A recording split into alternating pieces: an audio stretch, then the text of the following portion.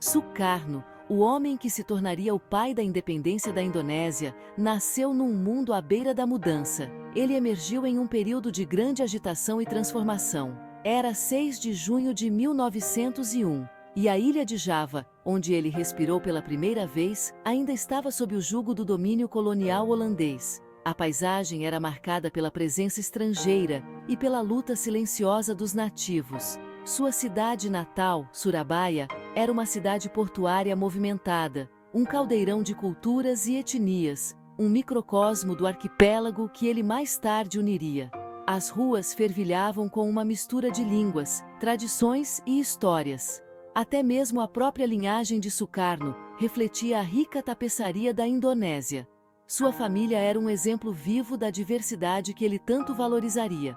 Seu pai, um professor javanês, incutiu nele um profundo respeito pela tradição e amor por sua terra natal. Ele ensinou a Sukarno a importância da educação e do conhecimento.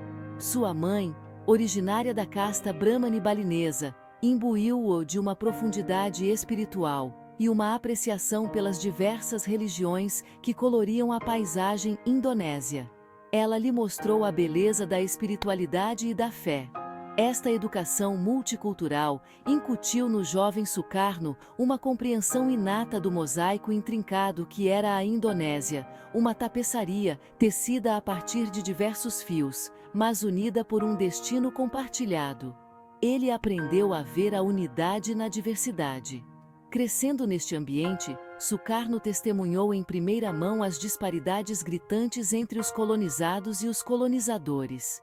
Ele viu a injustiça e a desigualdade que permeavam a sociedade. Ele viu a pobreza e as dificuldades enfrentadas por seus compatriotas indonésios, suas vidas e meios de subsistência restringidos pelas estruturas rígidas do colonialismo holandês. Essas experiências moldaram sua visão de mundo. Esta exposição precoce à injustiça do domínio estrangeiro acendeu um fogo em seu coração, um desejo ardente por liberdade e autodeterminação, que moldaria o caminho de sua vida. Ele se tornou um fervoroso defensor da independência. No entanto, em meio à luta, Sukarno também reconheceu a força inerente e a resiliência de seu povo. Ele viu a capacidade de resistência e a determinação dos indonésios. Ele viu seu espírito inabalado, sua identidade cultural vibrante e viva, apesar das pressões da assimilação. A cultura indonésia florescia mesmo sob opressão. Foi nestes anos formativos, em meio às ruas movimentadas de Surabaya e à sabedoria silenciosa de seus anciãos, que as sementes do nacionalismo indonésio foram semeadas. Ele absorveu as lições de seus antepassados. Essas sementes, nutridas pelas experiências e observações de Sukarno, eventualmente floresceriam em um movimento poderoso pela independência, com Sukarno à frente. Ele se tornou o símbolo da luta pela liberdade. A busca de conhecimento de Sukarno o levou a Bandung, onde se matriculou na prestigiosa Technische Hogeschool, uma escola de engenharia colonial holandesa. Esta instituição era conhecida por sua excelência acadêmica e rigor, atraindo estudantes de todo o arquipélago. A escola, apesar de ser um instrumento da administração colonial, tornou-se um terreno fértil inesperado para o nacionalismo indonésio. Os corredores e salas de aula fervilhavam com discussões sobre identidade e independência. Foi dentro das paredes desta instituição, cercado por mentes brilhantes de todo o arquipélago, que as ideias nacionalistas de Sukarno começaram a se cristalizar. Ele encontrou aliados e formou laços que seriam cruciais para o movimento de independência. Ele mergulhou nas obras de filósofos políticos ocidentais, devorando os escritos de Marx, Lenin e Jean-Jacques Rousseau. Estes textos abriram novos horizontes e forneceram uma base teórica para suas ideias emergentes. Esses pensadores, com suas críticas à desigualdade e suas visões de transformação social, ressoaram profundamente com as próprias observações de Sukarno sobre a injustiça colonial. Ele viu paralelos claros entre as teorias revolucionárias e a realidade de seu povo. No entanto, ele não era um mero discípulo do pensamento ocidental. Sukarno buscava adaptar essas ideias à realidade indonésia, criando uma síntese única. Sukarno procurou forjar um caminho indonésio para a independência, um caminho que se inspirasse em movimentos globais, permanecendo enraizado no contexto cultural e histórico único de sua terra natal. Ele estudou movimentos de libertação em outras partes do mundo, buscando lições que pudessem ser aplicadas em sua própria luta. Ele mergulhou na rica história da Indonésia, estudando os antigos impérios que outrora floresceram no arquipélago. Sua grandeza um testemunho do potencial de uma nação indonésia, unificada e independente. A história servia como uma fonte de inspiração e um lembrete do que era possível. Sukarno viu nesses ecos históricos um modelo para o futuro.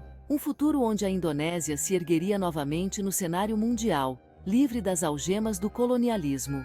Ele acreditava que a grandeza passada poderia ser recuperada através da unidade e da determinação. Seus estudos não se limitaram à sala de aula. Ele estava constantemente envolvido em atividades extracurriculares que complementavam sua educação formal.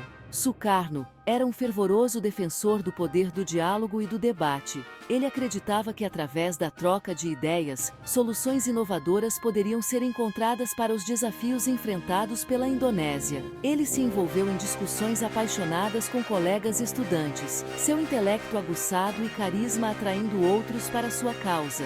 Essas interações foram cruciais para o desenvolvimento de suas habilidades de liderança.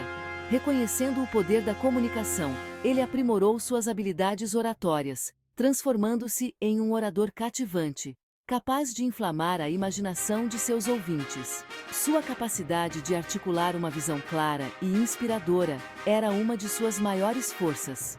Foi durante esses anos, impulsionado pela curiosidade intelectual e um desejo ardente de mudança, que Sukarno emergiu como uma voz líder de sua geração, uma figura carismática destinada a desempenhar um papel fundamental na formação do futuro da Indonésia.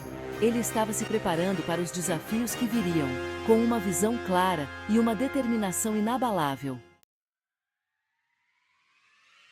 O ano de 1927 marcou um ponto de virada na vida de Sukarno e na trajetória do nacionalismo indonésio, que estava começando a ganhar força.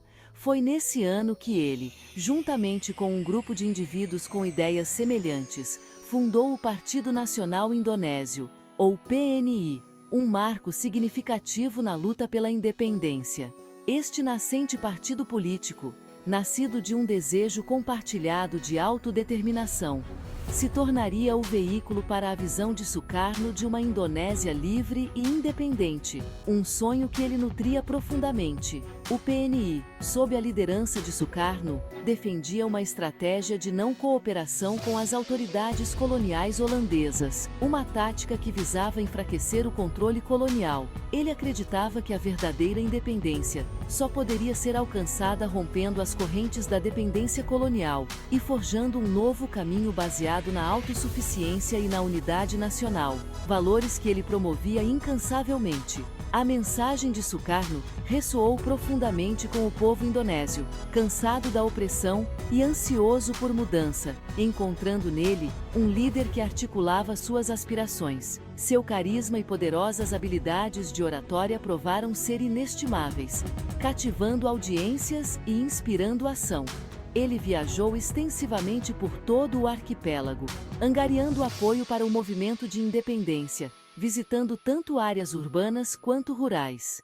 Das cidades movimentadas às aldeias mais remotas, suas palavras acenderam uma faísca de esperança nos corações de milhões, unindo-os sob a bandeira de uma identidade nacional compartilhada e um futuro comum. As autoridades coloniais holandesas, ameaçadas pela crescente influência de Sukarno, responderam com repressão rápida e brutal, tentando sufocar o movimento nascente. Em 1929, ele foi preso e encarcerado por suas atividades políticas, um golpe duro para o movimento. Sua prisão, no entanto, pouco fez para reprimir o fervor nacionalista que ele havia inflamado, pois a chama da liberdade já estava acesa.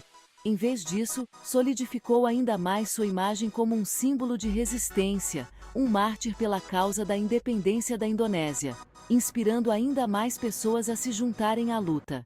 A prisão de Sukarno tornou-se um grito de guerra, unindo ainda mais os indonésios em sua determinação, alimentando as chamas do movimento de independência e preparando o cenário para os anos tumultuados que viriam, anos que moldariam o futuro da nação.